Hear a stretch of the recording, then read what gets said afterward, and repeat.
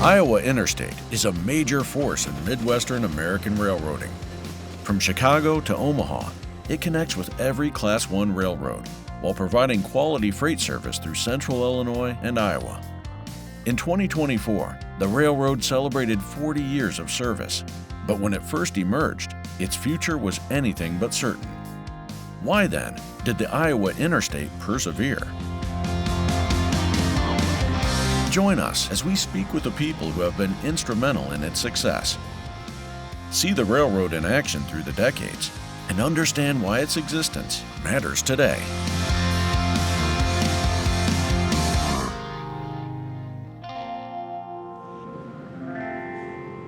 In order to understand how the railroad grew, we need to turn the clock back to the 1960s and look at its major predecessor, the Rock Island Railroad. Rock Island occupies a strategic position on the railroad map of the nation. Its lines serve 14 of the most productive and diversified states in the Union. 8,000 miles of modern steel rails are in its network. This is a fabulous empire, this Rock Island wonderland, which stretches westward from Chicago, St. Louis, and Memphis to the mountains of the West and through its friendly connections onto the Pacific coast. It reaches... Well, the Rock Island originally had a merger agreement with the Union Pacific. For a whole number of reasons, primarily the Interstate Commerce Commission delayed a decision on that merger for a very long period of time. It ran on for years and years. And that sort of prevented the Rock Island from maybe taking other courses of action or heading in different directions. And finally, when they approved the merger, essentially the Union Pacific backed out of the deal for a number of reasons. And that left the Rock Island on its own. It ultimately entered into bankruptcy, went out of business in 1980. Paul Banner, I believe this was about 1972, came to the Rock Island as vice president of marketing. And I think that he personally felt a lot of responsibility for that, and it was a very, if you will, negative experience for him. The Rock Island Railroad declared bankruptcy, and it was sold off piecemeal, and then there was this one line left basically from Chicago to Omaha, and these shippers thought that if they don't have a railroad, it's going to really have a major impact on their business. The state of Iowa wanted to save this line because it was an important railroad for the state. So they formed the Heartland Group, and that consisted of some of the larger shippers. The whole deal, I think, was $34 million. So Heartland actually, it's a complex situation, but they owned the railroad. They then hired Paul and his two partners to actually operate it. Then their contract came into play. We have a very dedicated workforce. Our employees, I think, are probably the best that can be found anywhere in the railroad industry. And these people really put forth the extra effort to make sure the customer gets the service they need.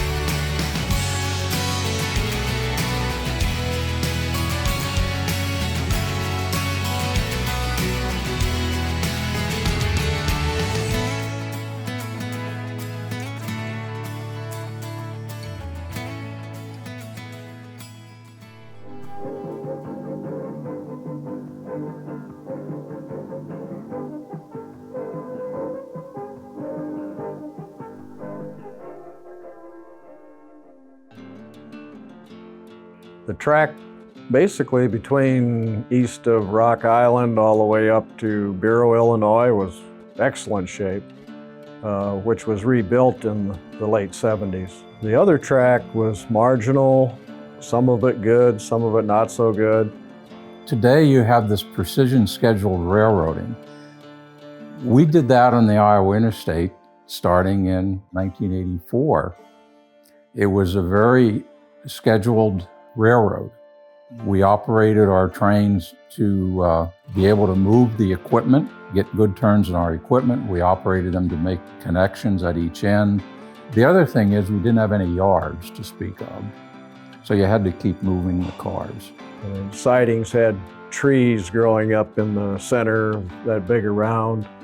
A lot of the side tracks and yards were in bad shape. So there was a lot of minor derailments and that sort of thing going on, and the speed wasn't the best at that point in time.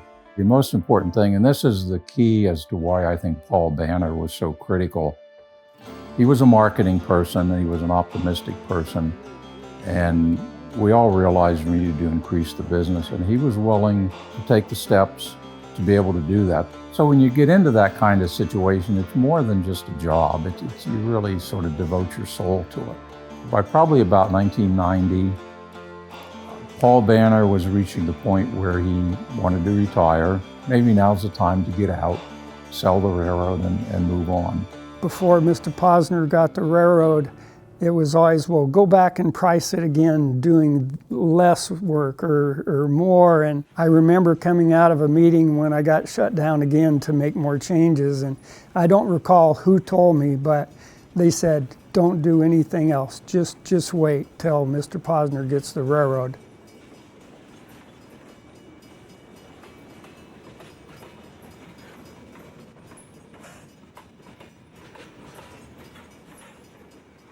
There is nobody on the planet who knows more overall about railroading than Henry Posner III. I was a rail enthusiast from approximately age 14 when I got my first copy of Trains magazine.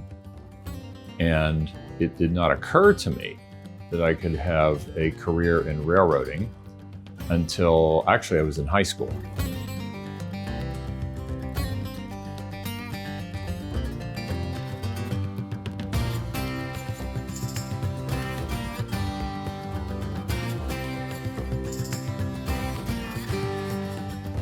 The short line industry was beginning to take off. And as my father was an entrepreneur and was involved in a number of businesses, he suggested that if I wanted to come to work for him, that it could be interesting for us to look at getting into the railroad business together. He and I met because his father really wanted him to come back to Pittsburgh and to become part of the family business, the Hawthorne Group. And the only way that was going to happen was because of Henry's coming back to be involved in a railroad development business. Henry Jr. and his partner, Tom Wright Sr., they agreed to set up this company that Henry would be running. And that began RDC in 1987. The folks in Iowa were observing what was going on in Pittsburgh, which is that we had gotten screwed in conjunction with Pittsburgh and Lake Erie. They were watching that thing unfold.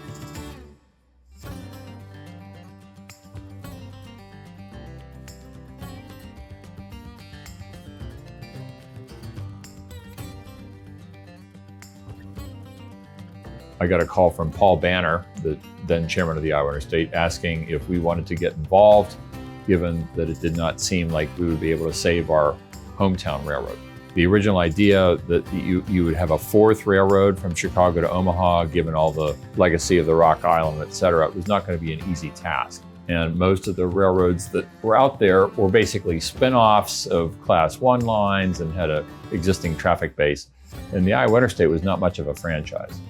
But it was a classic underdog story, and it seemed like it was a very interesting opportunity. More to the point, at that moment in our lives, it was also the only opportunity. The condition of the track was not good. It was generally pretty poor. There were some very good people there, There were some things about it that were very attractive, but the condition of the right-of-way was a problem. Absolutely horrendous. Matter of fact, my wife asked me she said, "What in the world is wrong with you? Did you even look at this property before you took this job?" And there was substantial debt that needed to be renegotiated, and that was a big problem as well. We did everything from purchase used ties. We did a little bit of contracting. We bought ballast from wherever we could get it, using terms to be able to pay for it, because we weren't making enough money to actually go out and rebuild it in the way that it needed to be done. I think everybody tried to do the best they could with what resources they had. I know we did in the mechanical department. We had our daily safety rule of the day, and I would make inspections to the various points. Fixing the track with basically nothing, recognizing, where do most derailments occur? In curves and in turnouts. We have a little bit of money, let's put some ties in the curves. Let's stop those derailments. Let's put some ties in the turnouts. They kept things going enough to where when we finally turned the corner, and then we started investing heavily into the railroad, then it started getting better and better.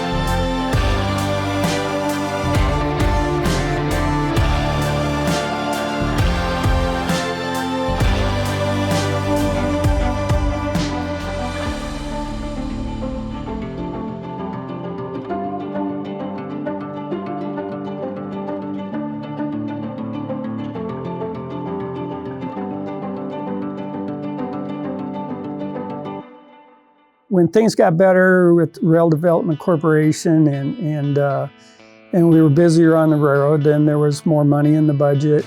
We started rebuilding trucks. We were able to buy reconditioned traction motors and new wheels and a wheel change or something. We could just swap out the trucks with reconditioned trucks and have that locomotive back out in service that day or the next day.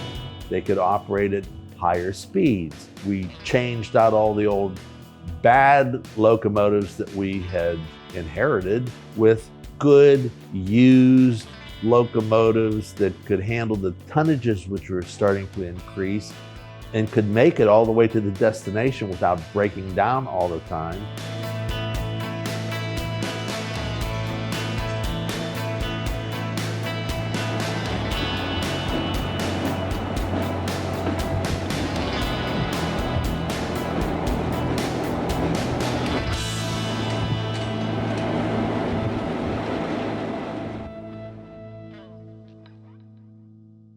We were dealing with a certain amount of instability among the shareholders because everybody wanted the railroad to survive, but nobody was particularly interested in seeing it prosper. Henry made the first investment in Iowa Interstate in 1991. And at that time, he had the opportunity When he made the investment, he wanted to acquire 100% of it and got an option, a 10-year option, that would let him buy the additional 80% at fair market value within that 10-year period of time. I think the owners of the Iowa Interstate did not anticipate that Henry would ever exercise the option. And then once the option was exercised, they, I think, were reluctant to sell, principally because they used, while they didn't own 100% of the railroad, they used it as if it was a captive railroad. So they ran the railroad not for profitability, but really ran the railroad as a lever against the other Class 1 railroads in terms of setting freight rates. They'd use that in their negotiations with the other railroads who hauled their traffic to say, well, we're getting a low rate with the Iowa Interstate, you need to match it. And then the fun started, because the major shareholder of the Heartland Corporation, even though we had an option that they had redrafted to be favorable to them, we exercised under that option, and they didn't like the fact that we had exercised the option, so they actually sued us to stop the transaction. It was a 2.5-year legal battle, but we prevailed.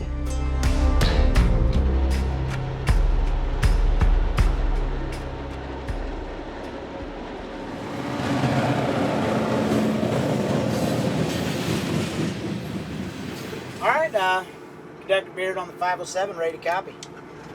507, let's cancel it. Speed restriction 25 mph between milepost 450.0 and milepost 451.0 on the council bus stop at 1832 hours, 1832 KLM. That one's canceled, and we'll stretch that out even further on this new bulletin. It is the 6799, 6799 TB council bus stop. Do not exceed 25 miles per hour.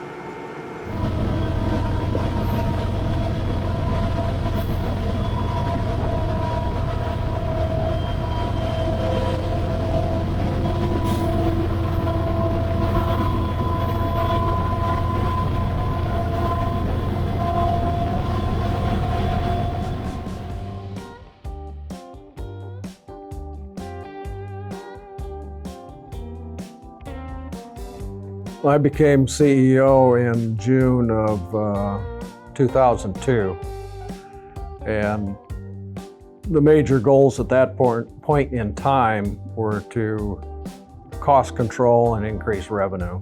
A lot of the implementations that we made were kind of off the cuff. We looked at data, and since I was in charge of the data systems for 18 years, I knew the data. Denny had a great relationship with all of our shippers and all of our customers. And the idea was just to let him do what he does best, which was to make sure that the railroad was efficient, was safe, and we serviced our customers at a higher level than any of our competition could, so they would have to ship with us. It got to the point within a year of the first loan, we suddenly realized we needed newer, better locomotives. Rebuild the fleet and standardize it so that all of the locomotives were of the same manufacturer, same parts, same everything. Cuts down on your inventory cost, training for new employees. They don't have to worry about 2 or 3 different types of locomotives. They're all trained on the same one. I was directly involved in that. In fact, as the chief mechanical officer and I were the lead people to look at locomotives, and we decided on electromotive division locomotives, SD70s. We put out our proposal, and Henry came back to us and said, what did GE say? Both the chief mechanical officer and I had grown up with GE locomotives back in the 70s. If you could get them to run over 2 hours, that was a miracle. Said we would not have a General Electric locomotive shoved up our behinds. And Henry says you're not buying locomotives until you talk to GE. They sent their short line representative out to talk to us. He looked at us very funny and said, why do you even want these or need these? I showed him where we were running trains of in excess of 10 to 15,000 tons, about 110 cars daily. and we needed to reduce the number of locomotives on the train. He actually took us serious and really worked with us. EMD took it as a joke. They didn't believe us. Once we got the locomotives, we were extremely happy with them, and that was a big turning point for the railroad.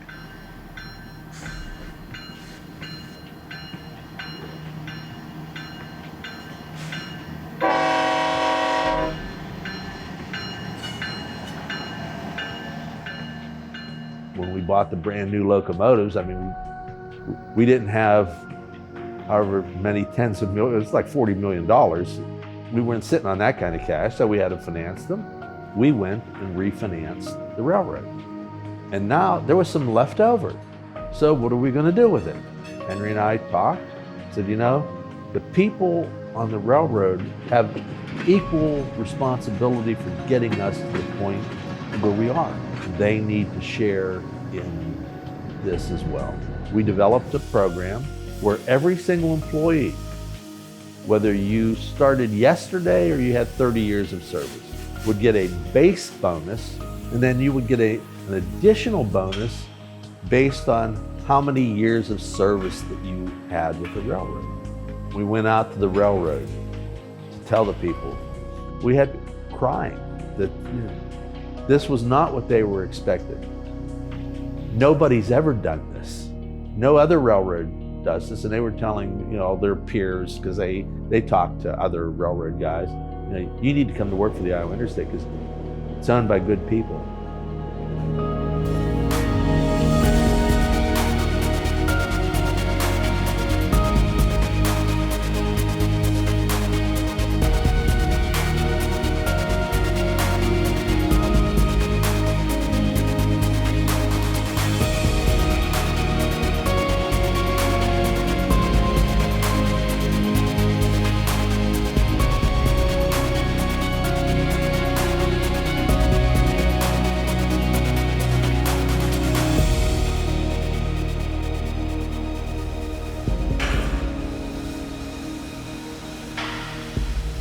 I think it's always a challenge to maintain growth. Customers come and due to situations which happen, a plant closing happens. So you always have to be on top of making sure that you can get new customer business in the pipeline. Safety is always a challenge. You emphasize safety, but it has to be a constant thing which is reinforced. And that's one thing I think we help to achieve. Henry and the board meetings had always started out with a discussion on safety. It's a priority. It's a situation just even for a working environment. Delta Airlines benchmarked their safety performance and their safety culture against us. So if you haven't got a safe company, you haven't got quality. If you haven't got quality, you haven't got growth, and you haven't got growth, you're not going to make a profit. So by focusing on safety, we have made the Iowa Interstate what it is today. I was a watchdog as president, there to make sure to ensure the future, and I knew it was my duty to bring in the people for the quote-unquote next generation to do the management of the company. I had pushed Joe Parsons, the president, and Kerry Evans, head of sales and marketing, to go get their MBAs and put a little bit of pressure on them, but it was good for their careers. It was good for the company to broaden how they thought about things and help develop people along the way. There's so many people who are career railroaders and really, could be second, third generation in this industry, and that legacy is really important. And at the same time, coming back to change, we have to be bringing new people in. You can be a data scientist now and work for a railroad.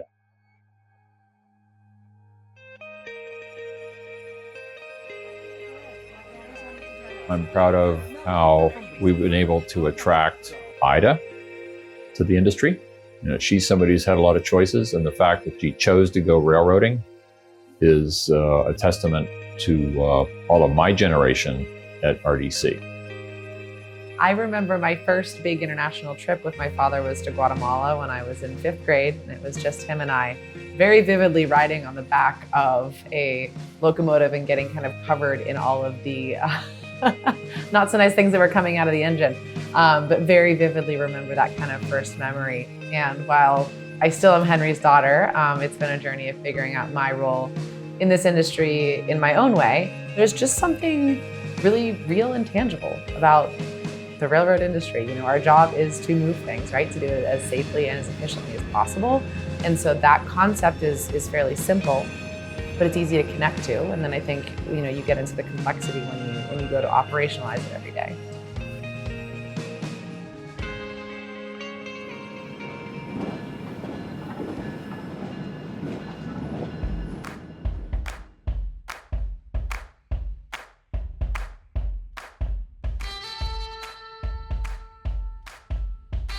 In 2006.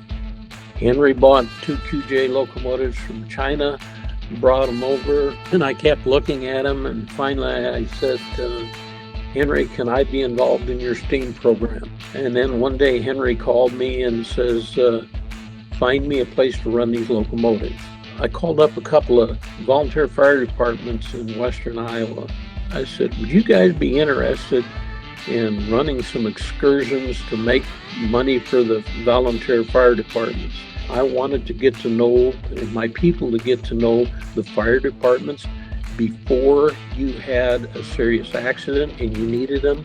I wanted people to know, had met face to face, so they could pick up the phone and call if there's a problem, let's address it. One fire chief told me, he says, you don't know how many pancakes we'd have to flip to make this kind of money. Everything works backward from safety. We do the steam excursions to support first responders. We do the steam excursions to get people to show up to learn about Operation Lifesaver. You know, I always say I'm not a foamer. I work in the industry, but I'm not a foamer, right? But when the steam engines are out, everyone's a rail fan, let's be real.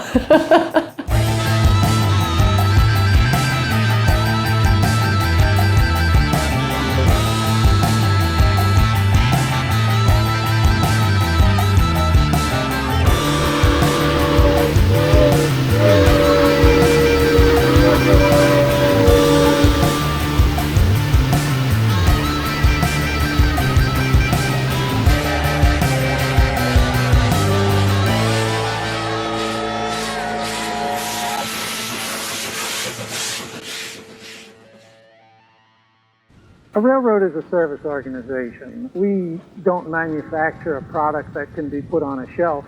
We have to respond to the needs of the people who use the railroad. And therefore, everything we do is pointed right at customer satisfaction. We're not dealing with a product that is inventoried. It has to be there today. And if you don't perform today, you won't be there tomorrow.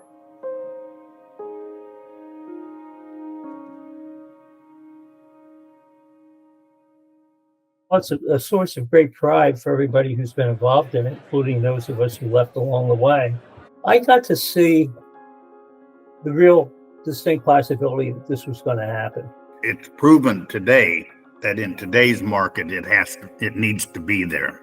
Back in 1984, that was not a fact. I mean, it was just a place where opportunities were available. Iowa Interstate is not only successful, but it's successful in one of the most overbuilt railroad corridors in the country. There's always been too many railroads running between Chicago and Omaha, probably still is.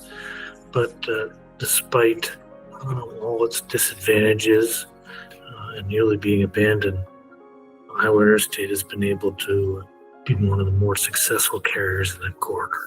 That took decades of proving ourselves in the marketplace, telling the same consistent story, acting in a credible way, and slowly but surely building up the confidence among our customer base that the railroad was going to be around, and if you built your plant or located your industry on the Iowa Interstate, we would be there for you.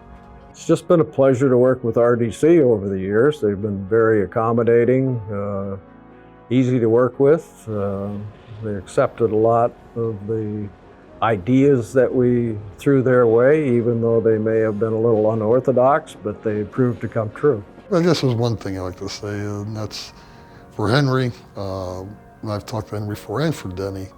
I'm really glad the two of you selected me to come on board. This has been the best place I've ever worked. The best place I'd recommend to anybody who want to get a career, either in railroading or just even working for a company.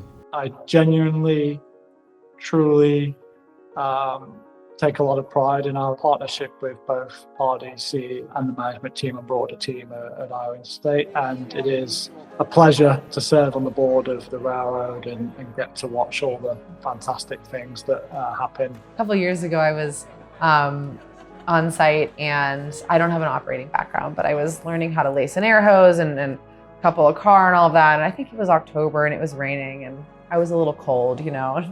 This is this is hard, right? And then you get days like last December with the wind chill being -30, and the first thing I think of anytime we have a day like that is, and our team's out there running a train. You know, this is a 24/7 all-weather industry, and it's hardcore. I mean, these jobs are tough, and there's a deep sense of pride that comes along with them.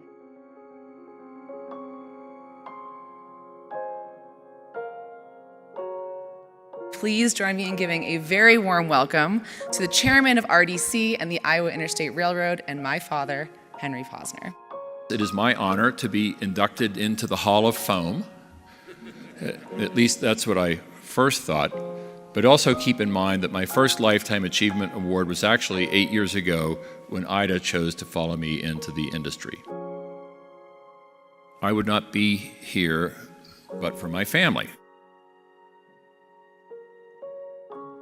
I had 42 years in the railroad industry, 32 years working for railroads and 10 years with the government as a federal safety inspector and accident investigator. And of those 42 years, the 18 and a half years that I spent at the Iowa Interstate was by far the most challenging, but also the most rewarding. I got on a lot of railroads all over this country. And what I see here on the Iowa Interstate today is as good as any Class 1 railroad that I was on. That's what I see at 40 years, and I can see them another 40 years from now doing just as well.